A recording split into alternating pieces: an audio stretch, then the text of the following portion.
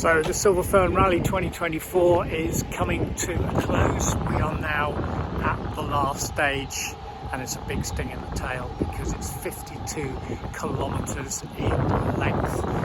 You can see it behind me. You can see the first 7 of us cars already to go through.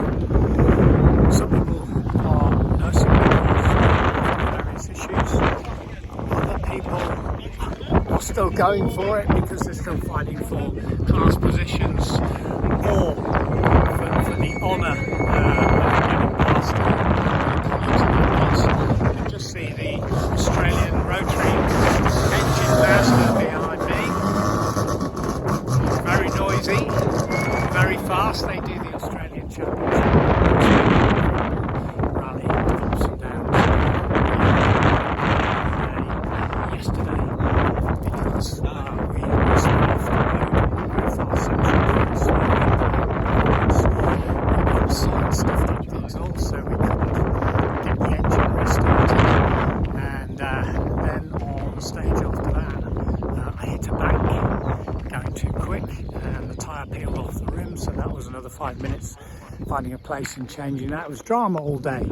Our teammates rolled. Brian Green, who's the champion, he's rallied all over the world. He was okay, but he actually had 2 accidents. Tutting and then the Stratos sadly had a roll down the stage as well. We don't know if they've restarted this morning or not. Jeff Mayback, his car behind me, and William Midgley, they've patched up the Toyota. The beautiful little Toyota, they're still going, they're back in the rally. Our Australian colleagues there with their fantastic Toyota as well.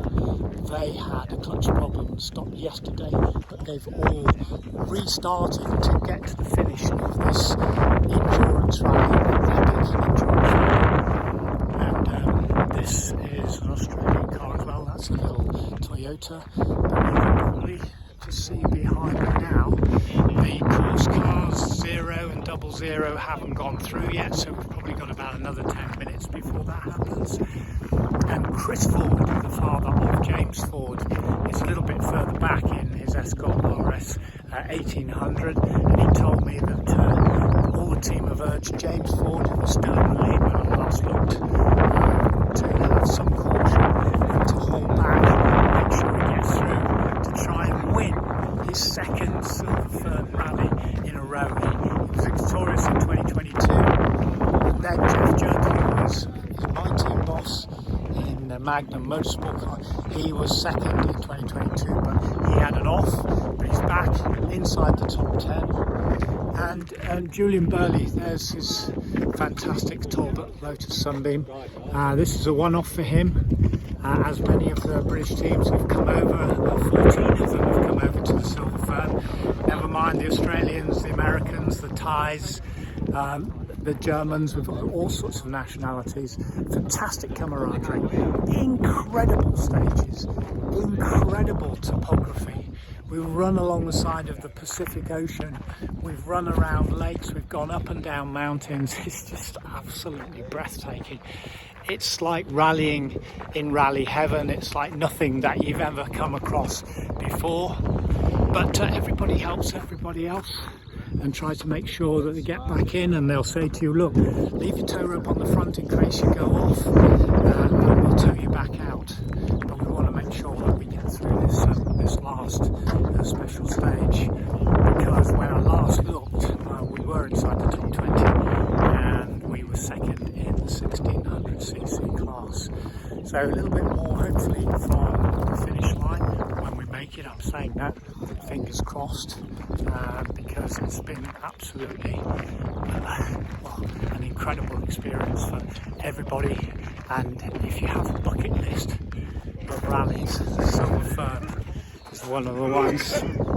Judging by a comment of a lot of the international drivers who've been here so far, they've said, this is unreal. We never thought this could be possible. And I'm just going to show you some of our colleagues there, because you can now see behind me That's James Ford's dad, Chris, and Dan, who's alongside him in the co-driver's seat, and Steve Cox behind him, and Laurie Bresnell. And they're both Kiwis, and that little starlet absolutely flies, and they're winning their class by an absolute country mile. Yeah, the sheep, there's not many people out here. It's